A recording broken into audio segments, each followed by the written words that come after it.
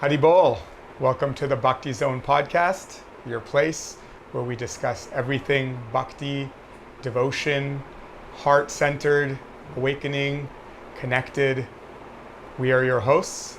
I'm Vishwambar, and this is Dayal. And we had a great response from our last podcast, and we're ready to keep going with it. Well, yes, we took a topic which is close to both of our hearts, Kirtan. Somehow, both our lives are connected to Kirtan really intrinsically, and we're doing so much with Kirtan, and it's just, we have not discussed so much last time, and it's just natural for us to continue. Also, again, taking into consideration that we have a very special project which we introduced last time, but we want to talk a little bit more about, and so it's all connected with Kirtan. And we discussed a kind of history and how the Kirtan Melas came about, and discussed some other topics. I think especially celebrity Kirtaniyas. I wanted to come back to it actually. Let's do it. Celebrity Kirtaniyas. And so what do you think about it? Why it came about? Who they are? Why people are kind of have concern about it at all? Wow.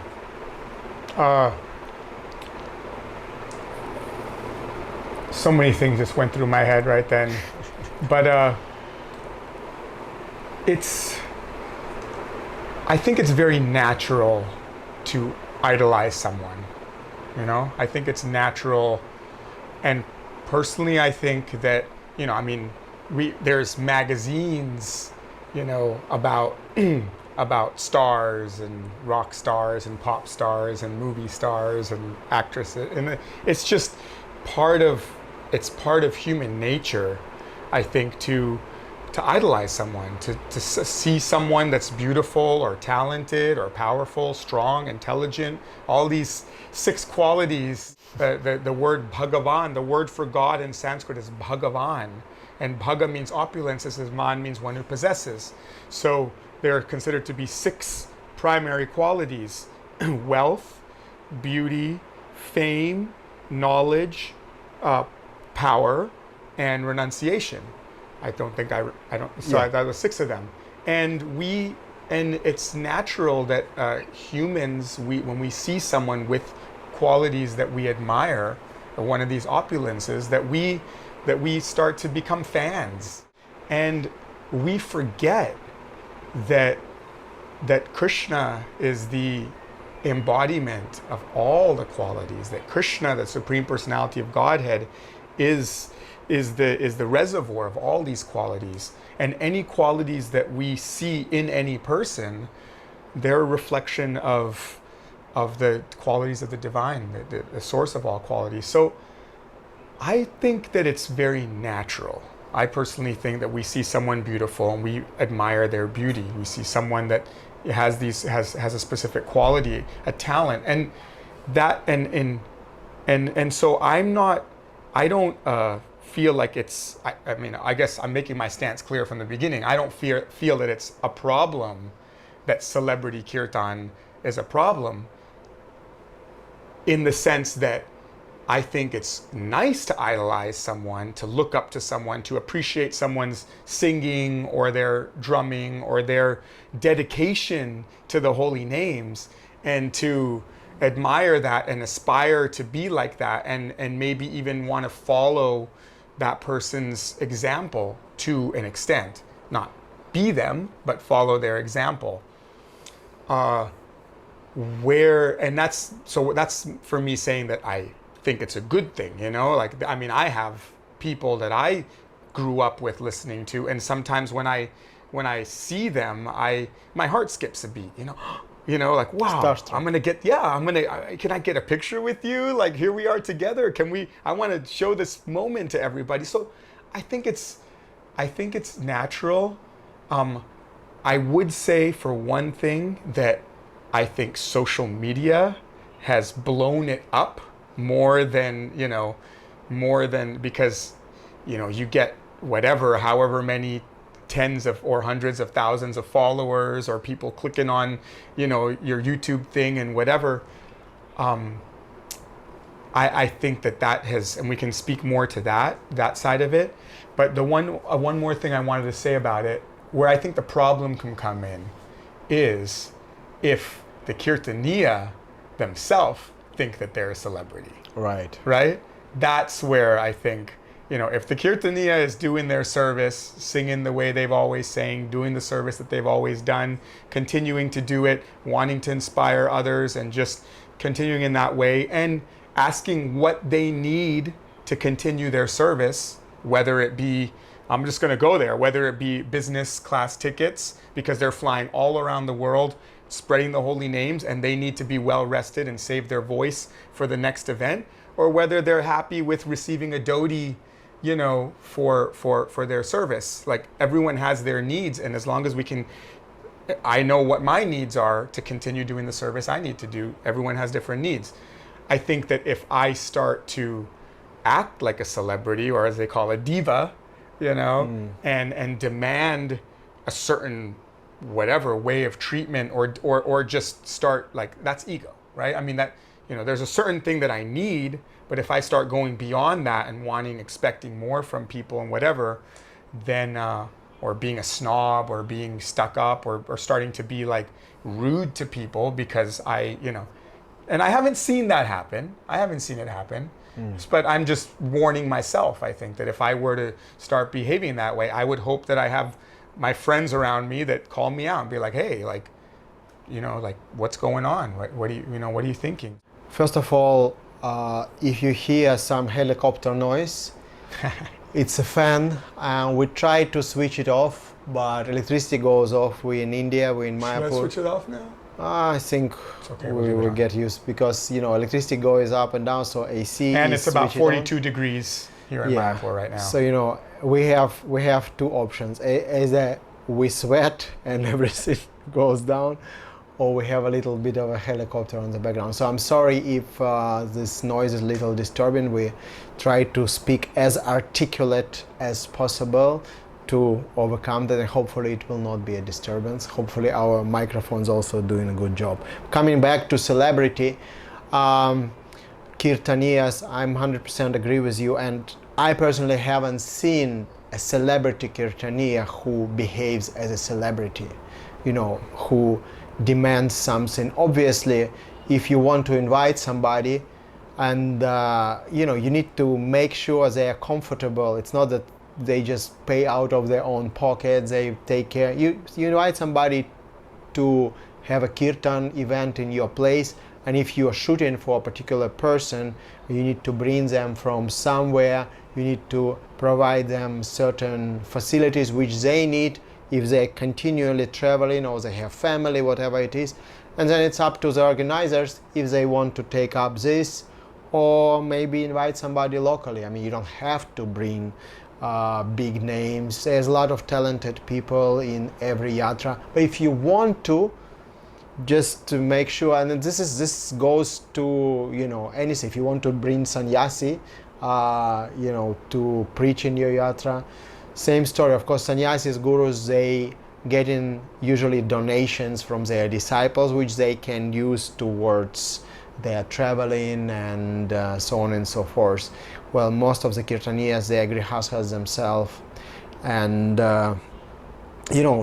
if they dedicate themselves fully to this service, this is the only way how they can maintain themselves. Either they teach online, or they sell different courses, or they record their music, and we say, of course, you cannot sell the holy name. There's another point. So nobody's selling the holy name. Holy name is given for free, but whatever ability of presentation or entertainment which comes along with it, that's why you want certain people who are powerful enough to invoke the holy name in crowd, and you think this person can do that, otherwise you would not invite him or her.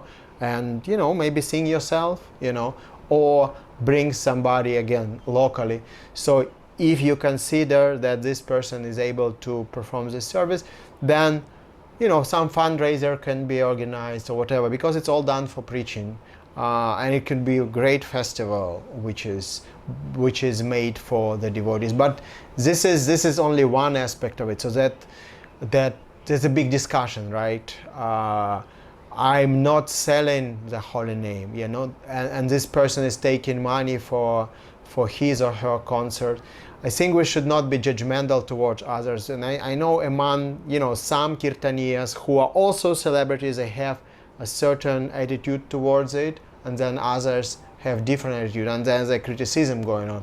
Oh, these people getting paid for what they're doing, they getting paid for the concerts or in yoga studios. Holy name is for free, always, and will be always free. We always give holy name whatever we around us. We never sell the holy name.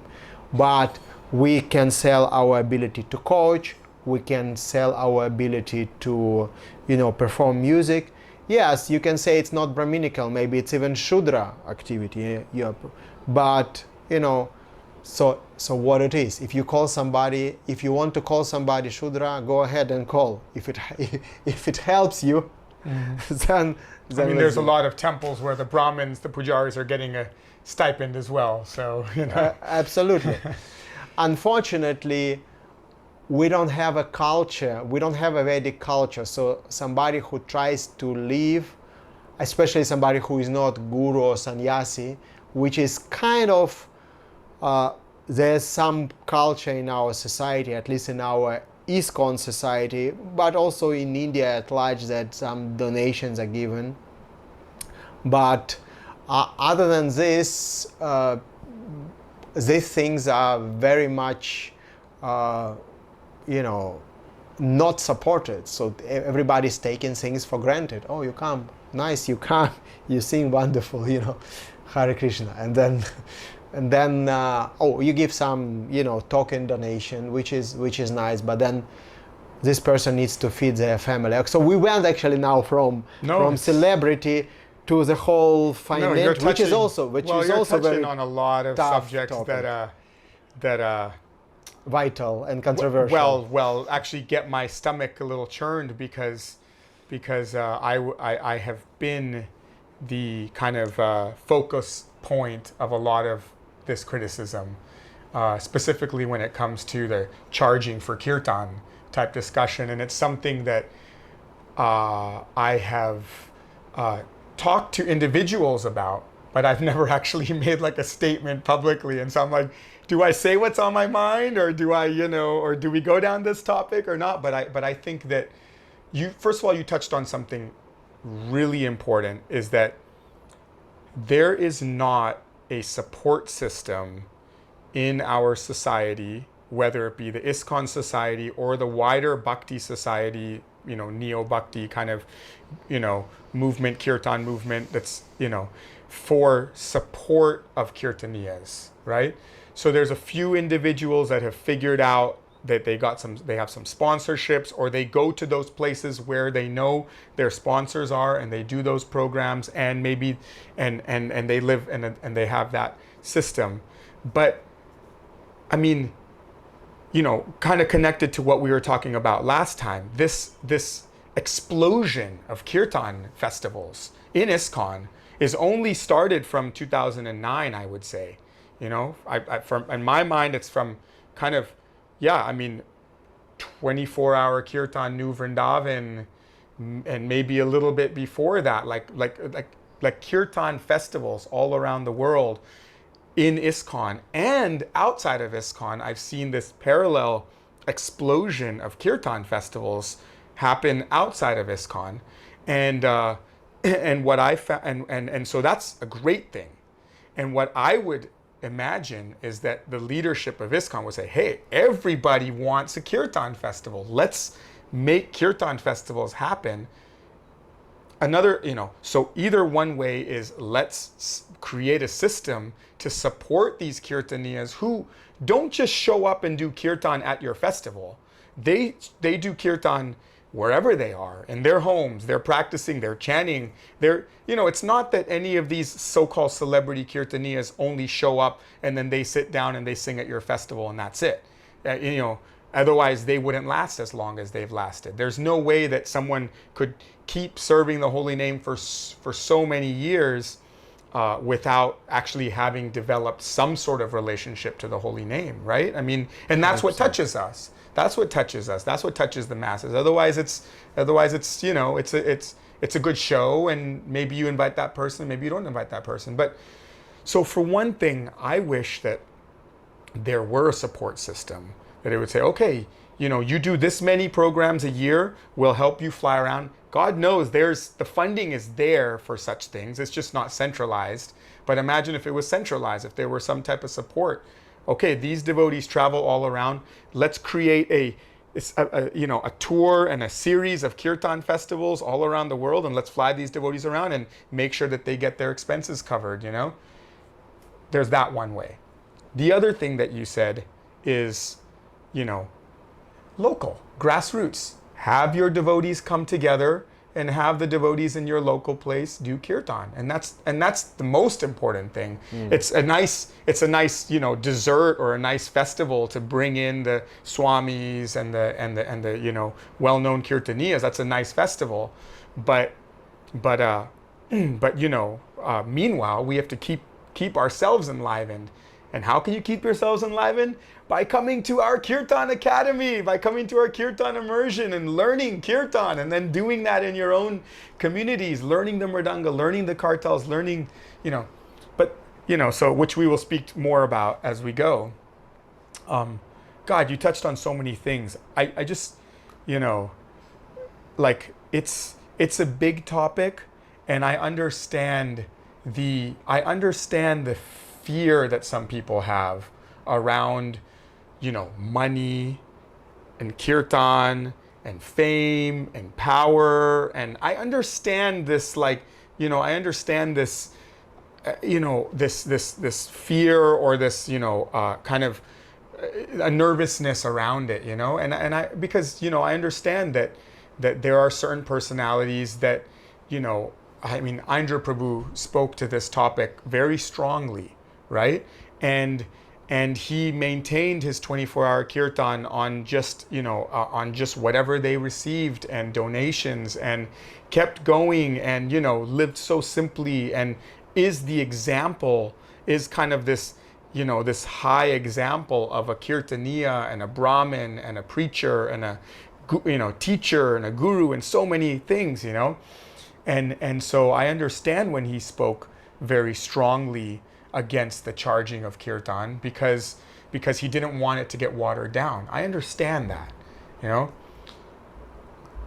What myself and our group and many who I resonate with in our group, what we saw was that as the ISKCON Kirtan festivals were starting to rise and starting to get very prominent, there was this world outside of the Hare Krishna, ISKCON, Gaudiya Vaishnav community that also started to have Kirtan festivals.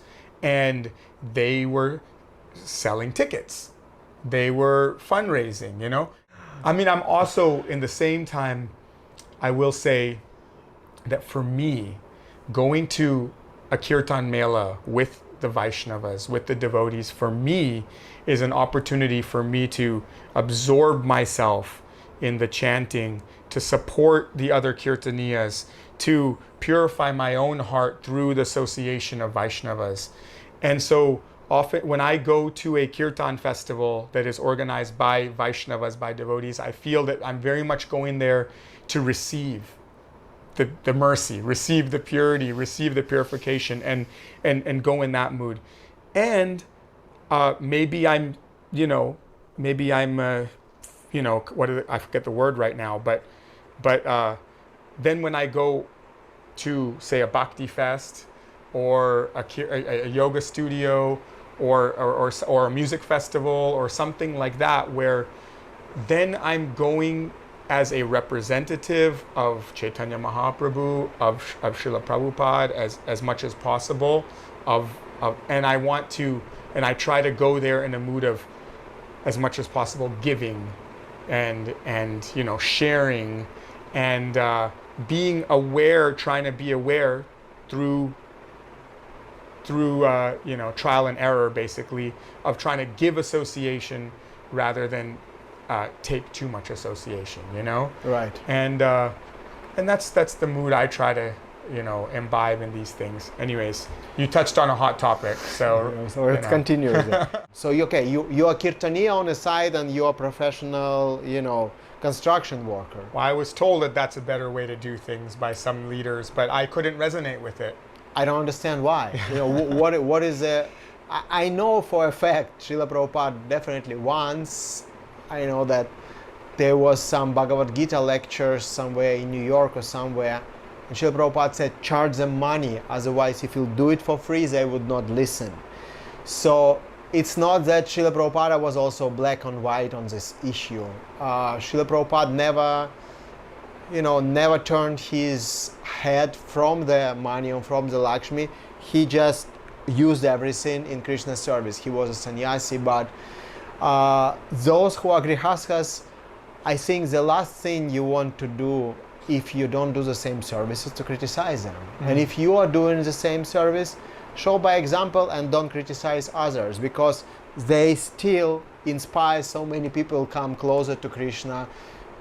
If their motivation, they go and chant just to make money, okay, we can criticize that. If you just do that and you don't care about the holy name, you don't care about giving the holy name, you don't care about the purity of your chanting and your intention, you just find a way to make a concert. But even greatest rock singers or pop singers are not like this. They received a lot of money, but why they are adored? Because they give their all to their audience, or you know, stand-up comedians, whoever it is, you know. They hone their craft. They hone their craft and they give this experience. And can you imagine how much more experience is given by Vaishnava who is chanting the holy name and using the time to hone their craft in this? So I think I'm not trying to toot Vish's horn, you know, not at all. It just happened to be that Vish is the celebrity Kirtaniya, and he is making his living by doing retreats and doing, you know, Kirtan events. But for me, whether he would be sitting here, whether you would be sitting here or not, my opinion doesn't change, because I think it's a hypocritical, and it's actually hypocritical and in a sense just a fault-finding mentality when you just try to isolate and try to attack somebody who dedicates their life to Kirtan and say they are sellouts or whatever. So if somebody wants to think like that, let them think like that, you know. And what would they contribute? What are they contributing to this, you know, other than discouraging and making it maybe impossible for somebody like you and, you know, a lot of devotees who are not only dedicating their life to doing it, but also maintaining themselves through, and again, through retreats, through teaching, through Kirtan events. And ultimately what you achieve is that people will feel bad, you know, and go to do whatever, business or construction, and they have much less time for Kirtan, you know, and have much less time to share the holy name. And somebody who is empowered, who could be there full time to spread the glories of Kirtan, glories of chanting, helping others to come closer, inspiring others to do something which anybody can do, you know, like, you know, just do business or work a job just to maintain themselves. And somebody say it's a more noble cause, but you know, it's an opinion, and you're entitled to have opinion. We're entitled to have our opinion. I'm entitled to have my opinion, and in my opinion, and let us know your opinions. Exactly. You know, exactly. Let us know yours. And there's no absolute truth in this, guys. You know, it's just we will have different opinions. The holy name is absolute. That's the only thing. You know? The Krishna is absolute, you know. But we don't have any. Srila Prabhupada was speaking, right, a lot about, you know, you don't open temples to make money.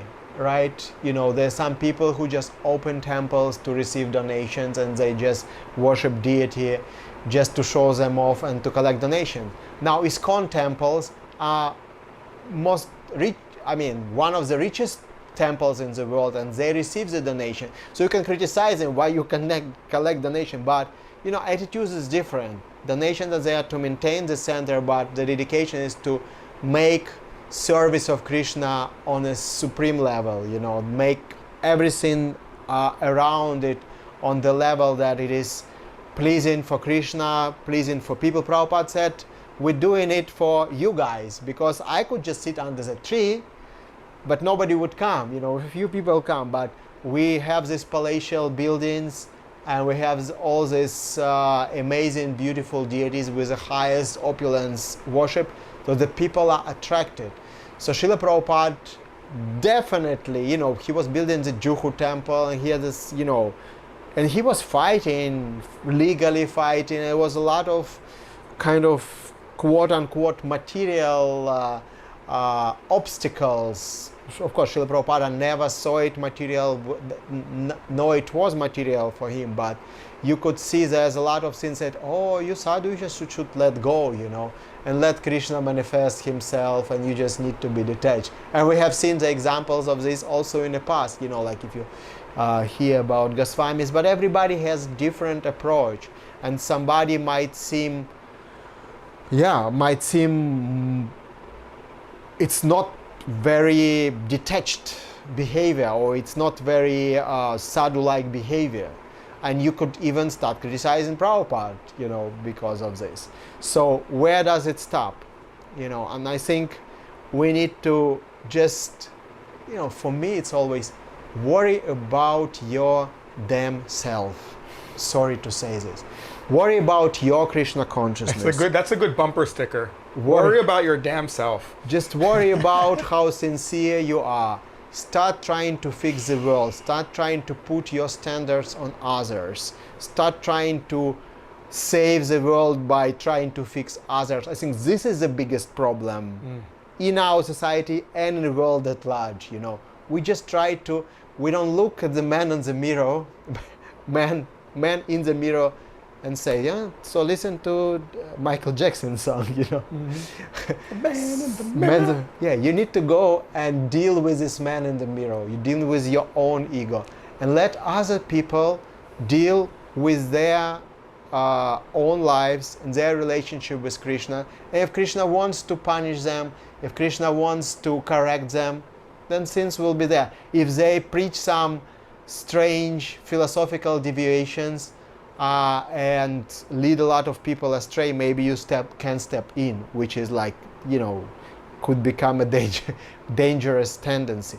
But most of the people I know, from personal experience, Kirtaniyas, they are nicest, sincerest, most humble people I know, and you know, this is definitely not my task to teach them how to live their lives or how to conduct their, you know, day-to-day activities, what to charge money for, what not to charge the money for.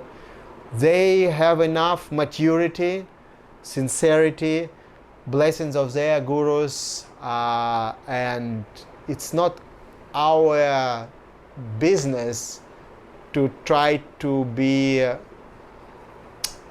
correctors. I like this. Once Vaisheshika Prabhu said that most of the people, they live to correct others, you know, but I live to be corrected. You know? So yeah, if somebody tells you something, somebody tells me something, we can reflect on it, and sometimes it is said out of envy. You can still reflect about it. You can still make your conclusions and decide whether to take it seriously, less seriously, not seriously at all. I know you had to deal with a lot of things in your life where criticism came your way, and I'm pretty sure in some cases you said, yeah, it makes sense. In some cases you just need to block person and, you know, kind of scratch them out of your life, because it's neither good for them nor good for you. It's not productive. And I have this in my life.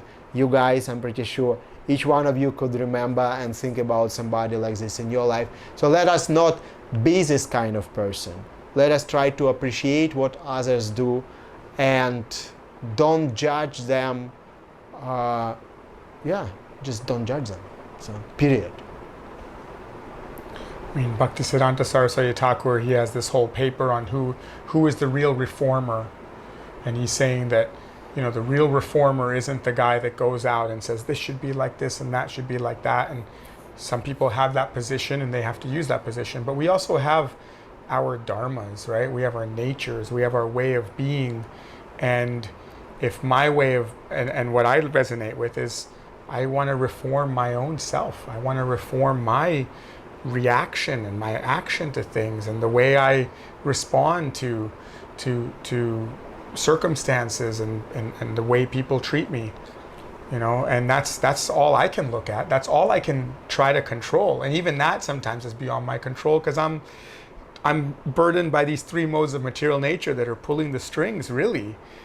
Krishna says in the Gita that, we're not even the doer. We're not even the creator of our, you create your life. Not really. It's all destined, and we have our nature, we have our dharma, we have our karma, we have all these things that are, and modes of material nature that are pulling us in different directions. So, I will say that a lot of work has happened over the last about 15 years now to pave the way for a new generation of Kirtaniyas. I feel that, this is, speaking on a positive note, that a lot of work has been done from, first of all, of course, the first generation. I mean, go all the way back to George Harrison and Yamuna Devi and the Govindam prayers and all that. But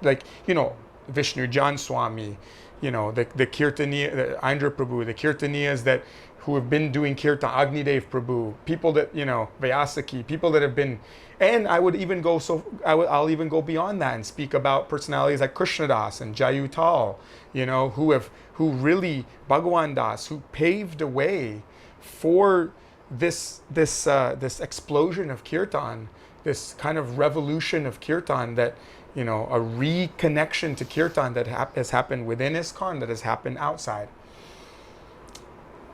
And a lot of work was done by kind of a lot of my peers to push the boundaries, to create 24-hour Kirtans in different places, to create wider Kirtan festivals that invited people outside of the devotee community to come and partake in Kirtan, to step outside of our comfort zone of our temples and our community, to go beyond that and step outside and bring Kirtan to mainstream audiences. It's a lot of work has gone into that. And I try to remind myself, and I'm reminded over and over again, that if you're actually doing something that is worthwhile, you'll probably get criticized.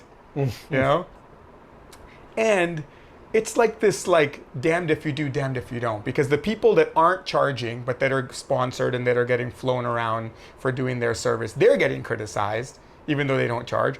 And then, if I say this is what I need to come and you're able to give it and I come to your program, I'll get criticized too. So it's like everyone, and that's what brings me back to the social media, where people feel like they have the right to you have the right to your opinion, but I don't have to know what your opinion is. But on social media, if I'm on it and you're on it, I have to read what, I happen to read what you say all the time, and I see your opinion. And what I don't understand about that world, it's almost like, to me, it's almost like an alternative world. It is like an AI world. And it's like I have my AI avatar or something, that's on there, and that some people, you just see their mentality, the way they talk and the way they judge. And I think that people are quick to criticize in that world, even though, and what my experience has been sometimes, like, they won't criticize me face to face. I won't hear, I'll be them around them and they'll be like, hey, Haribol, and we might do some things together. And then the next thing I know, like suddenly like they vomited all this stuff online, and I'm like, why didn't we just talk about it? Like why couldn't we just talk about it, reach out and let, and for me, it happens to be better to reach out in a conversation and speaking actually, rather than like, I got 3 kids, man. I don't have time to like type a whole letter out and do all that, But what I want to say is that I feel that a lot of work went into bringing the Kirtan world, whether it be Mayapur Kirtan Melas, whether it be Bhakti Fests, whether it be like, a lot of work has gone into to creating these platforms. And I think that a lot of people, even who did criticize us before, are benefiting quite a lot from the work that has been done. And on a positive note, what I like to see is that there's a new generation out there. I was listening today to shout out to Capital Kirtans in DC. I was listening to some of these devotees Kirtans there. They're all in their, like now probably in their early 20s, and we started Capital Kirtans in 2008 or something, and we called it that in DC. And now they've taken that name and they use it, and it's just one. And I was listening to some of those kirtans and the melodies and the beat, and these kids, what they do is they spend their whole time listening to all the kirtans that are going on all around the world, from the best Kirtaniyas, the best drummers, the best alaps, the best whatever, and they're just learning it all from that and figuring it out, and and bringing it to a next level. And it is so inspiring to see. And what I hope is that, as now an elder, I don't know how I got here, but here I am. By time. I hope to facilitate and create more platforms for those types of, you mentioned,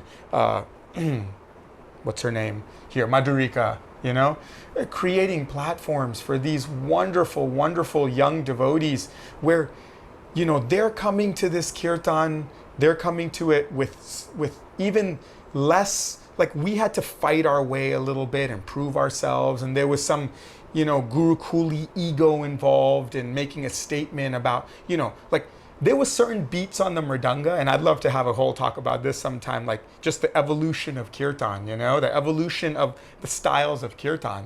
We should bookmark that one, but there were certain rhythms that weren't even played in the 80s. And then like in the 90s, they started coming in, and, and it was like a statement to play a certain rhythm on a mridanga. Like everyone would be like, hey, why is he playing that rhythm? And now it's like commonplace, even, anyways, we can go into that. But what I mean to say is that a lot of work has gone into paving the way, and there may have been mistakes. I'll admit it. I'm not pure. I'm not on a deep relationship with the holy name that I relish every single syllable of the mantra, and it's not happening, but and so mistakes have been made, but we've tried. And I would say that every single celebrity, well-known Kirtaniya that I know has surrounded themselves by people that will check them, that will make sure that they're not straying too far. And if they haven't, then they've probably strayed away and they're not being invited to Kirtan Festival. There have been a few. There's been some very well-known, personalities that kind of aren't being invited around anymore because they caused some trouble. Like they weren't open about maybe where they were at, and that's what I hope to be, is genuine and open to where I'm at. If I could say one more thing is that, and I want to, like, I don't want to judge others, but at the same time, as somebody that's now been in this practice, that's been doing this, that's been living this lifestyle for quite a while, I do want the next generation to if you're coming to Kirtan because you want to be famous and you want to be, it's okay. Do kirtan, regardless of what you're coming at, right? Chaturveda bhajante mam. 4 types of people come. Krishna says in the Gita that people that want, solace from their suffering, people that are inquisitive, people that want wealth, that want some opulence. So many people come to kirtan for many different reasons. Don't not do kirtan. Do it.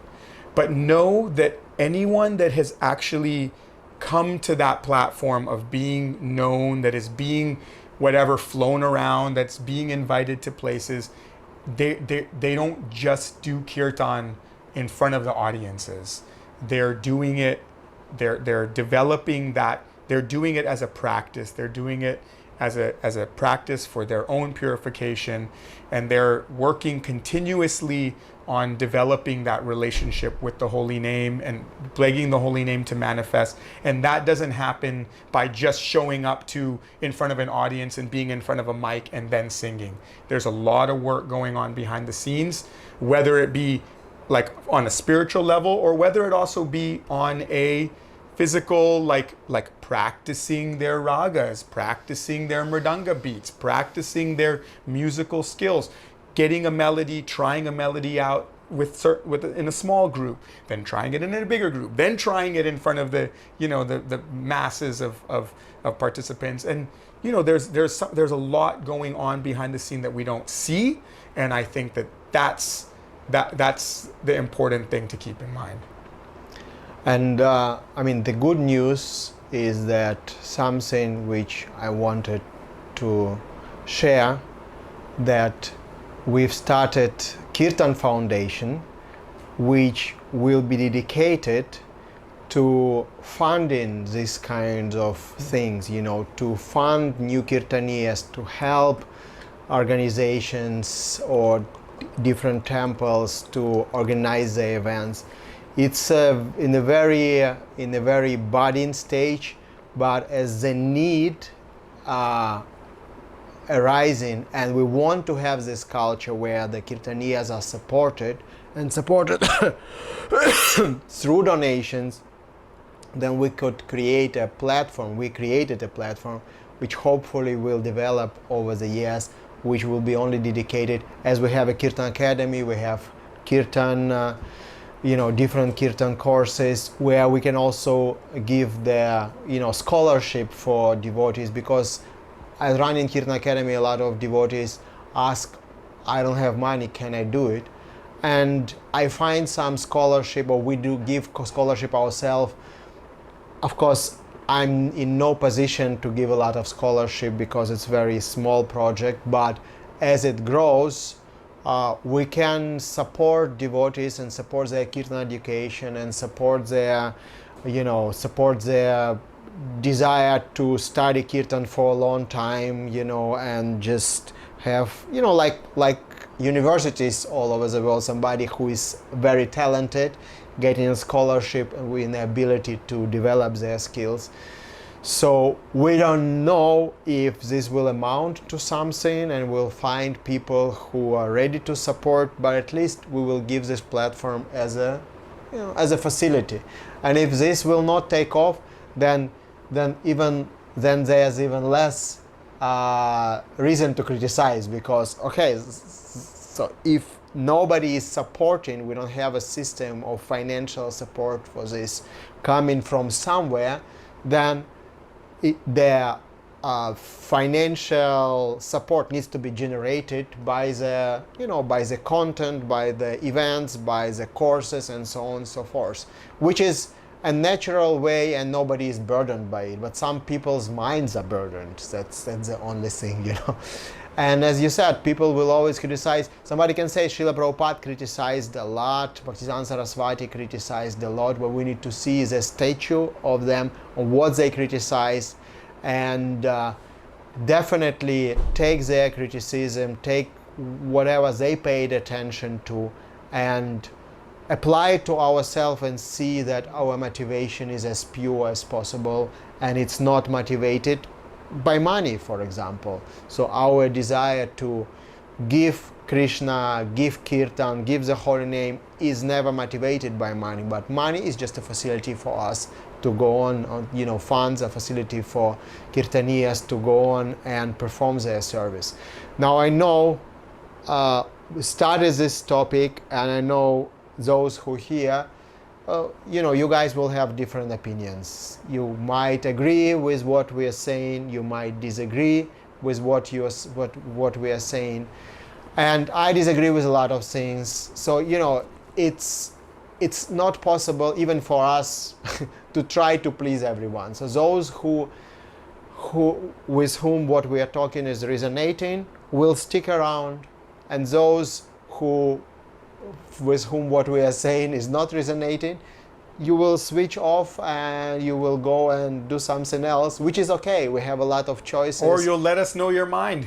You'll let us know. We'd be interested in that. And if you do it in a respectful way, we will listen to it. If you do it in disrespectful way, we will also listen to it, but most probably we will block you, because we just don't, neither we nor you, I'm pretty sure, nobody wants people who just toxic, Criticism is always, even if somebody is toxic, is something for us to reflect. Yeah. But we don't need to have those people who is unsolicitedly trying to, give their advice and, trying to pour their, I would say poisonous way to express their opinion. Neither we need to have these people in our lives. No, you guys want to have these people. Nobody want to surround themselves by such people, And I think the more we surround ourselves by like-minded people who also call us out. I'm not saying that we need to surround ourselves by yes men. No way.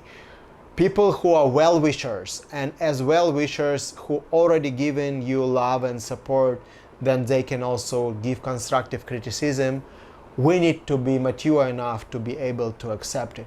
But people with whom you don't have any relationship and anything you just hear from them is some criticism, let alone very, very, toxic criticism, just block these people, just ignore these people. Though you can take the point, maybe reflect on it, why it's coming into your life. But life is too short and too busy. I hope you are busy enough to pay your attention and give your mind to such things. And I think this is topic in itself, which we want to, which we will speak about. The criticism, whom you want to surround yourself with, which environment do you want to create in your life, and how you can be relatively happy. I mean, absolutely happy you can only be on a spiritual platform, but relatively happy, relatively satisfied in this world. One of the things is take this poison, information poisoning, the communication poisoning out of your life as much as possible, So that's, okay. That's, I think, not even fully covers the topic, but I think we have a lot of other topics to cover. I think it's good for tonight or for whatever, for this episode. Yeah. Good enough information. Well, you opened up the can of worms. The kind of worms of charging, so I had to, but it was good because we're also discussing about celebrityism and, and we're working on creating a platform where people can get deep training in Kirtan through our what we're calling a Kirtan teacher training experience with Kirtan Academy here in Mayapur, where people can come and spend a whole month immersing in the instruments of Kirtan, and also tuning this instrument, which is our voice, our body, our mind, our spirit, to then be that instrument, as St. Francis says, be the instrument of God's will, So that's what Kirtan is about, and that's what we've created this amazing opportunity to immerse and dive deeper into this beautiful practice, which we call Kirtan, and that's what we're going to be doing here in Mayapur. Tell us more about it. Yeah, and so you should understand this is not for everyone. It's intense training for those who really, really want to do it and ready to put. So we make it as easy as possible, but it's still something which you have to want it. You have to say, okay, this month, although the facilities we have created, you don't need to think about anything. We meet you at the airport. Starting from there, we transport you here. We take care of your accommodation, take care of your, wonderful food, prasadam, vegan, vegetarian. We'll have nicest feasts and cuisine arranged for you. We'll give you instruments. You need to sing. You'll have your own mridanga. You have your own harmonium. You have your own karatals. It will be with you. You can take it back to your place, or you could donate it here to somebody, whatever you want to do it. You will have full attention. You don't even need to think how you practice, because we built everything in the course so that you don't need to exhort yourself and say, okay, I need to practice right now, I learned this and I need to motivate myself. No, our teachers will be there with you. They will see what you do. They will immediately fine tune. So there's quick way of eliminating whatever mistakes are there. And so that would be done in such a way that in 1 month you will become expert enough. Of course, you have to do it, but we make it as easy to do as possible, as smooth and as not dependent on your willpower, because willpower sometimes let us down.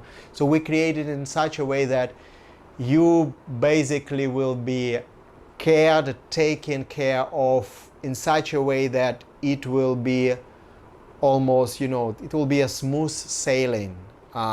Yes, it will take your time, but we mix it up in such a way that it will not be boring, it will be interesting. We have amazing teachers lined up for this, very qualified teachers.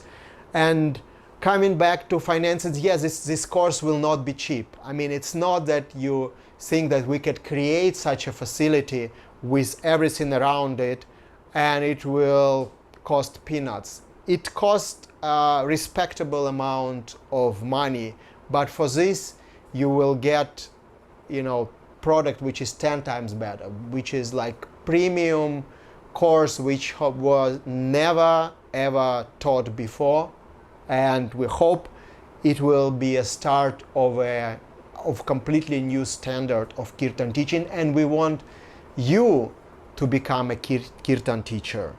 That's the idea. It's not just for you to learn, but it's also for you to become a teacher and become the carrier of this culture. Going back, you will be given all the facilities, again, all the curriculum and everything. We'll make sure you will be able to teach, you will be able to follow the curriculum. We'll help you to organize Kirtan events, give you ideas and whatever social media and support and graphic support and whatever it is needed.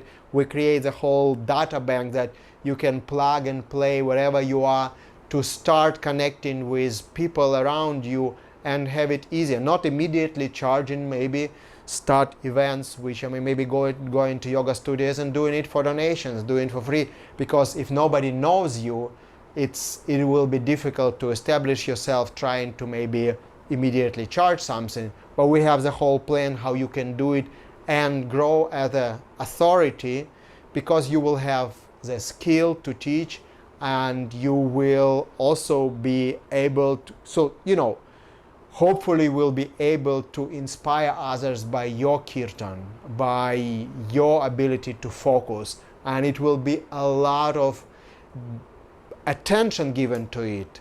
how you chant, your mood of chanting, how you can touch the hearts of others. So first of all, you need to be able to engage your own heart. First of all, you need to be able to connect yourself. And whether you have angelic voice or not yet, it takes practice. You will be given all the practice to work on it. Of course, in 1 month, you will not be able to complete your training to the level where you want to be maybe in 1 year. But we will give you all the exercises, everything, and all the training will be video recorded and given to you so you could use it. And we will have also accountability, follow you up for a year, where you could make sure that you are keep on practicing, that you are keep on progressing. And with this, hopefully, so this is not a 1 month course. Technically, it's a 1 year course. So it's very, very well thought through, making sure that you have a lot of support within this 1 month and tools, and then beyond it, so that you're not dropping the ball, you're coming back home and you're like, it was a great time, but what do I do now? We make sure that you keep on associating in the same group of people. Again, we already have people who are reaching out to us, who are signing up for the course, and we can only accept 30 people max. We cannot accommodate more, and we don't want to have more because of the group dynamics. So it's very exclusive, it's very limited in this way, and then we, Vish and myself and our teachers, we will be able to stay with you for a year, and all materials you will have for your lifetime, but we stay and coach you and monitor you that things are progressing. So we'll make sure that unless you really don't want to do anything and you really want to fail, you will not fail and you will succeed, and you will become the beacon of Kirtan in whatever, in the place where you are, so. That's a great plug. A beacon of Kirtan in the world. There's in all traditions around the world, there's this practice of 40-day practice, where a artist goes and locks themselves up for 40 days and just practices without seeing anybody. Food is left under their door, or 40 days in the jungle, 40 days in the desert. These are practices. So this is an opportunity. Our retreat is not 40 days. It's 4 weeks. But we will be. This is a gift that you can give yourself, especially for people that have wanted to go deeper into the practice of Kirtan, that have wanted to. Maybe you've been around Kirtan for many years, and you just haven't quite understood the dynamics of how it's working, or you've always wanted to play the harmonium, wanted to play the mridanga, wanted to be an active participant in Kirtan. Maybe you've been around, maybe you're already doing Kirtans in your communities, and you want an opportunity to dive deeper and learn more about the dynamics of specifically Gaudiya Vaishnav Kirtan, which in my opinion is unmatched in the entire world of Kirtan. There are other Kirtans out there, but Gaudiya Vaishnav Kirtan is setting a standard of prominence, and to understand the history of where this tradition comes from Sri Chaitanya Mahaprabhu, from teachers that are connected to this lineage, connected to this tradition, that are steeped themselves in it, in the land of Mahaprabhu, in the land of Kirtan, in the hometown, where every person you pass by will say Hari Bol, chant the name of Hari. So it's a really special opportunity that you can give yourself to be part of this.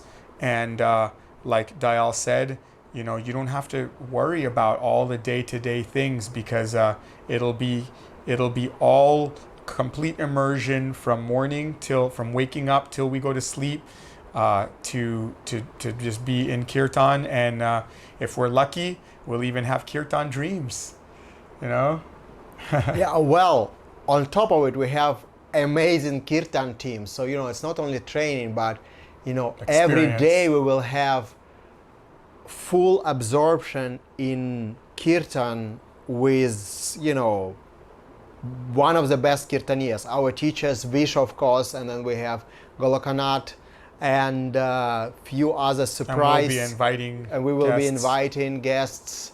And this will be we are so excited about it, therefore we talk about it and plug it into our podcast, because this is something, like those people who will come this first time, for us, you will be like our, children, our favorite children, which we will make sure you will succeed, because it's so important for us to, to start. We were talking about it for a long time, to have places outside, different places in the world where this Kirtan oases will be springing up, and that the Kirtan education will be taking place, and the regular Kirtans will be taking place. So for us, it's it's affair of the heart. It's part of our life mission. So we cannot overstate our excitement and dedication to this project, how much we invested in make it a success. So I hope you will be lucky few who will come and experience it in the home, first time in history, in a home time of Kirtan, hometown, home city of Kirtan, home village of Kirtan, Mayapurdam, the place of, birthplace of Lord Chaitanya Mahaprabhu, who is Krishna avatar, especially holy name avatar, Kirtan avatar, who created the whole movement of Kirtan here. So we'll be talking about it more, we'll give you more details about it, but again, in the description of this video or whatever you see different clips of this, you'll find how to contact us and how to get more information with all the logistics, the prices, and so on and so forth. Of course, please share this if you think somebody else can be interested and they don't know about it. Please share this information, and we hope we'll have a very, very neat and tight family of Kirtan family, which will come here on the 20th, on the 19th of November 2023, which is very soon actually. It seems to be still time is there, but it's very soon. And then we will have this historical, monumental experience all together. Stay connected, keep reaching out. Let us know if you're interested in this. Contact us for any questions or any concerns you may have.